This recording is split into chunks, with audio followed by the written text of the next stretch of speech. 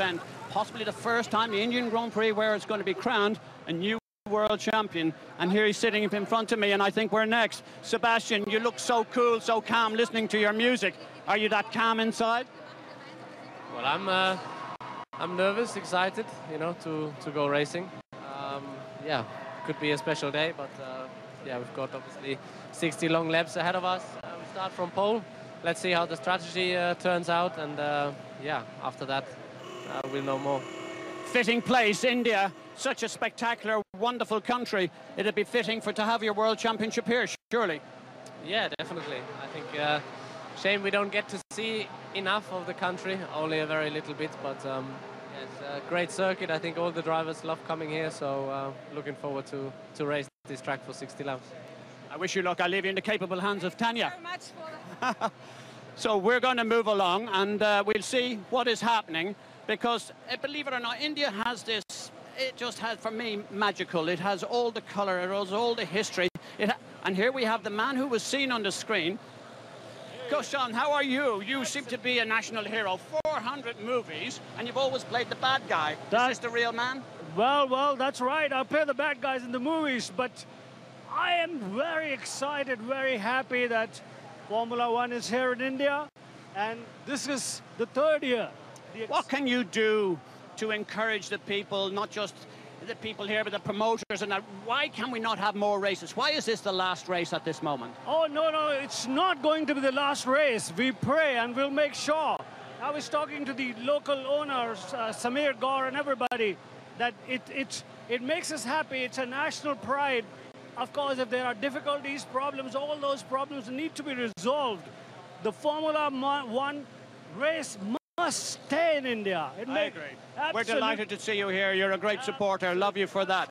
We're going to just wander down away from the chaos that's up here, because everyone is thinking about what's happening with Sebastian Vettel. And look, talking about movies, look who's the current man talking about movies. Tell me about Rush. Are you excited about the part that it's played? Yes, it's going very well. Plays all over the world, even in India. Everybody's excited. I think the movie is quite good. Ron Howard, for those people who need to know about it, is Ron Howard's movie about you and James Hunt. And of course, James is a national hero in the UK, but so are you. And do you think it's a fair depiction of what actually went on? Yes, it's very, very well made. It's very accurate, and I wish James would see it. And this is the big pity about it, that we could not go together to see it. We're very happy, and we've noticed that your cars are second and third. We'll be watching as to why you thought the strategy. The tyres are going to play a huge, huge part of this, and we're going to just pass, which is Lewis Hamilton. He's tied up. I know his father, his family are here this weekend. Everyone is wishing. I've never noticed anything with Lewis, because he's so relaxed at the moment. He feels so happy with this team.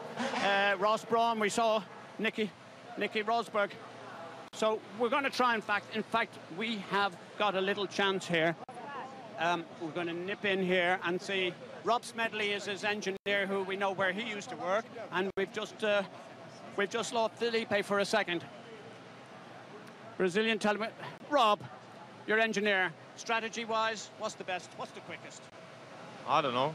We'll see when we're going. He was absolutely the best on Friday with what he did with the medium tyre. He was very, very quick. So he just has to repeat that again in the race. Hopefully we've got the car right, and hopefully we'll just repeat what he did on Friday. Podium, yes or no? Yes. Podium, yes or no? Yes. Sure? I hope. We will be so happy, honestly. It will be a difficult strategy. Let's try to have the right one. You picked up your pace. You've been remarkable. What is it, 4 out qualifying Alonso in the last 5 races? We want to see you on the podium if you can. Next year, where will you be? I don't know, you know. I think he's joking at this stage, but you know, we're going to see what happens. But a really nice guy, and Bernie, I have to compliment him, because he has said Formula One without a Brazilian driver, it's unthinkable. And I have to say I agree. They're a really nice nation. They brought a lot to our sport, and we're going to try and see if we can find the man who they're all talking about, the man who possibly had a possibility to go to Ferrari. We had the possibility of going other teams. There's even a little bit of talk. Can I interrupt? Nico, thank you for the opportunity to have a chat. There's a lot of people. We've heard about you at Ferrari. We've heard about other things. Is this story about McLaren even remotely possible? What story about McLaren? Well, the latest rumour we heard this morning is that you're talking to McLaren. It's not true? I don't know where that's coming from. On a race weekend, their focus is on the race anyway. Absolutely. You've qualified really well here, and you've had these remarkable runs. We know that yesterday you said you have more points in the last number of races than Lewis Hamilton. Can you add to that collection? I hope so. I think we have a strong race car. Obviously, the soft tire is the crucial tire, which I'm starting on. But after that, on the prime, you know, I was very happy on Friday with the car, so I hope that we can have a strong showing again. What do you think is the huge turnaround, a huge change of fortune inside Sauber? I think it's a couple of things together. For sure, you know, we have put a few updates on the car, one big one in Budapest, and then since then some little ones, which, you know, in a bigger picture makes a big difference. Our understanding of the car, the setup is totally different to the beginning of the year, and I think also the tire change since Budapest has also done its job. We thank you and we wish you lots of luck, because you've been really exciting for us to watch your progress through this championship. And it's really nice walking down. It seems a little calmer, more air down here because there's less grief going on. We have Perez's car just there. He's probably just left us for the moment, but he's on the hard tire, as indeed is Jensen. What's happened there is they've taken the strategy that they couldn't compete for pole position, so they went for the alternative. They went down the other extreme, and they've decided to go for the hard compound. I'm going to gate crash here if you want. Dr. Marco, Franz Tost. Franz, don't run away from me, please. Your new driver, your new Mr. Fiat, tell us about your new driver for next year. Yeah, Fiat will drive for Toro Rosso, and we are convinced that he will do a good job because he is so fast. He has shown this in Formula 3, he has shown this in GP3, and I hope he will show it next weekend in Abu Dhabi when he will win the championship. We'll have a good look at him next week. But you have a fantastic record, a history of bringing on world champions, of bringing on young drivers from obscurity. This would be a real coup if you manage to pull off this one.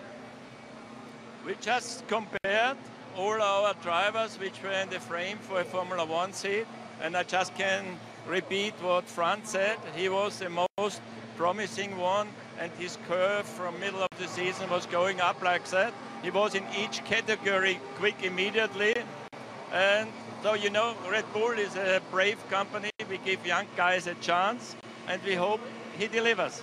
We applaud you for that. Helmut, Franz, thank you for your time. Susie, back to you.